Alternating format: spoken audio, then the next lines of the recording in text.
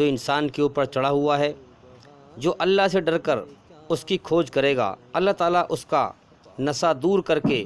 اسے اس دنیا سے مر کر جانے سے پہلے جانے کے ہوش میں لے آئے گا۔ جو زندگی کی سچائی کے ہوش میں مرا وہ کامیاب ہو گیا۔ جو زندگی کے سچائی کے ہوش میں مرا کہ مجھے کس نے پیدا کیا، کیوں پیدا کیا، اللہ کی پناہ میں آ کے مرا، ہوش میں آ کے مرا، وہ کامیاب ہو گیا۔ جو بے ہوش ہو کر مرا، اللہ کو بھول کر مرا، وہ مرنے کے بعد ناکام ہو گیا۔ دنیا کا بڑا عجیب سسٹم ہے کہ انسان دنیا کے دھوکے میں، ہمیشہ جینے کی چاہت میں، مال دولت زمین جائیداد بٹورنے میں اور زندگی کو آسان کرنے میں لگا رہتا ہے کہ میری زندگی آسان ہو جائے، میرا فلاں کام ہو جائے، فلاں کام ہو جائے، پھر عیش کروں گا، پھر آرام سے مال دولت اکٹھا کر لوں پہلے، مگر اندر سے انسان سخی نہیں رہتا، کیونکہ سکھ اللہ کی یاد میں ہے۔ پھر موت پر دنیا کی ہر چیز انسان کے لیے شونیہ زیرو بن جاتی ہے۔ پھر انسان کے پاس سوائے پچھتاوے کے اور سوائے رونے کے اور سوائے بربادی کے کچھ نہیں بچتا، کیونکہ انسان ہمیشہ کے لیے جیون کی بازی ہار جاتا ہے، اس زندگی کے امتحان میں فیل ہو جاتا ہے۔ جو لوگ ایشوری رچنا کے طریقے پر چلتے ہیں، اللہ کے حکم پر چلتے ہیں، اللہ کو راضی کرتے ہیں، خود سچائی پر چلتے ہیں، سچائی کو دنیا میں قائم کرتے ہیں، برائی کو مٹاتے ہیں، جس کے لیے موت محبوب ہے، خوشی کی چیز ہے۔ یاد رکھیں، جس کے لیے موت محبوب ہے، خوشی کی چیز ہے، اس کو معلوم ہے کہ میں اچھے کرم کر کے مر رہا ہوں تو میرا بنانے والا میرے ساتھ اچھا برتاوا کرے گا، میں اس کی بنائی ہوئی رچنا کے آدھار پر اچھے کرم کر کے مر رہا ہوں تو مرنے کے بعد وہ میرے ساتھ اچھا برتاوا کرے گا، تو اس کے لیے موت محبوب ہے، خوشی کی چیز ہے۔ جس کے لیے موت محبوب ہے، خوشی کی چیز ہے، اس کا مقابلہ موت سے ڈرنے والا دنیا پرست کبھی بھی نہیں کر سکتا ہے، نہ لڑنے میں نہ کسی بھی طرح سے۔ تو میرے بھائیوں، اس دھرتی پر سنسار کے سچے مالک کا اسلام سچا دھرم ہے۔ اسلام یہ بتاتا ہے کہ ہر چیز کا ایک مالک ہے جو کسی کے سامنے کمزور نہیں ہے، اس نے ہر چیز کو اپنی عبادت کے لیے پیدا کیا ہے، اپنی پوجا کرنے کے لیے، اپنی عبادت کرنے کے لیے پیدا کیا ہے، اور ہمارے جیون کا مقصد ہے اسے راضی کرنا۔ اللہ تعالیٰ نے انسان کے سامنے دونوں چال کھول رکھی ہیں، دونوں راستے کر دیے ہیں، دونوں راستوں کی چال کھول رکھی ہیں کہ چاہے اچھائی پر چل کر، اس کی رچنا پر چل کر، اس کی رچنا پر چل کر مر، یا پھر اسے ناراض کر کے مر، اس کی رچنا کا الٹا کر کے مر۔ جیسے کرم کر کے مرے گا ویسا ہی بدلہ مرنے کے بعد تو پائے گا۔ تو اللہ تعالیٰ نے ہر انسان کے سامنے دونوں چال کھول رکھی ہیں، چاہے کوئی سی بھی چال پر چل کر مر۔ تو یاد رکھیں، دنیا میں کوئی بھی انسان ایشوری رچنا سے باہر کرم نہیں کر سکتا۔ اللہ تعالیٰ نے ایشور نے جیون جینے کے دو ہی راستے بنائے ہیں، اچھائی پہ چل یا برائی پہ چل۔ چاہے میرا احسان مان، مجھے راضی کر کے مر کے آ، یا میری ناشکری کر کے مر کے آ۔ راضی کرے گا، احسان مان کر آئے گا، مجھے راضی کر کے آئے گا تو جنت میں میرا انعام پائے گا، اور ناراض کر کے آئے گا، میری رچنا کے خلاف چل کے آئے گا تو نرک کی آگ میں سزا پائے گا۔ تو دنیا میں کوئی بھی انسان ایشوری رچنا سے باہر کرم نہیں کر سکتا۔ ایشوری رچنا سے فری ہونے کا مطلب یہ ہے کہ اللہ کے حکم کے خلاف اچھائی پر نہ چل کے برائی پر چلے انسان۔ جو انسان اچھائی پر نہ چل کر برائی پر چلے وہ ایشوری رچنا سے فری ہو گیا، یعنی وہ رچنا کا النگھن کر رہا ہے۔ لیکن کرم جو کرے گا وہ ایشوری رچنا کے دائرے میں کرے گا، جو دو راستے اس نے دے دیے ہیں، ان دو راستوں پر ہی کسی نہ کسی پر انسان کرم کرے گا، ان دو راستوں سے باہر نہیں جا سکتا۔ جس پرکار قرآن میں کہا گیا ہے کہ اے جن اور انسانوں، تم زمین آسمان سے باہر نہیں جا سکتے، ٹھیک اسی طرح سے انسان ایشوری رچنا سے باہر نہیں جا سکتا، اچھائی پر چل یا برائی پر چل۔ تو بھئی ہم سچائی کی تحقیق کریں۔ دیکھو جیون موت کی طرف جا رہا ہے، جیون کے سمے کو برباد نہ کریں تاکہ ہم موت کے بعد کی زندگی میں کامیاب ہو سکیں۔ اللہ کی کھوج کریں، اس کا سچا گیان حاصل کریں، سچا علم حاصل کریں۔ اب کوئی علم کوئی دوائی کی پڑیا تو ہے نہیں، میں آپ کو پلا دوں آپ کو آ جائے گا۔ علم تو گیان تو دھیرے دھیرے بھائی سیکھنا پڑے گا۔ اس لیے میں بار بار کہتا ہوں کہ ہمارے چینل کے اندر جا کر کے ایک ایک کر کے سبھی ویڈیو دیکھیں اور سنیں، تاکہ آپ جلدی سے جلدی اندھکار سے نکل کر روشنی میں آئیں۔ اور بھئی انشاءاللہ زندگی رہی تو پھر ملاقات ہوگی۔ السلام علیکم ورحمۃ اللہ وبرکاتہ۔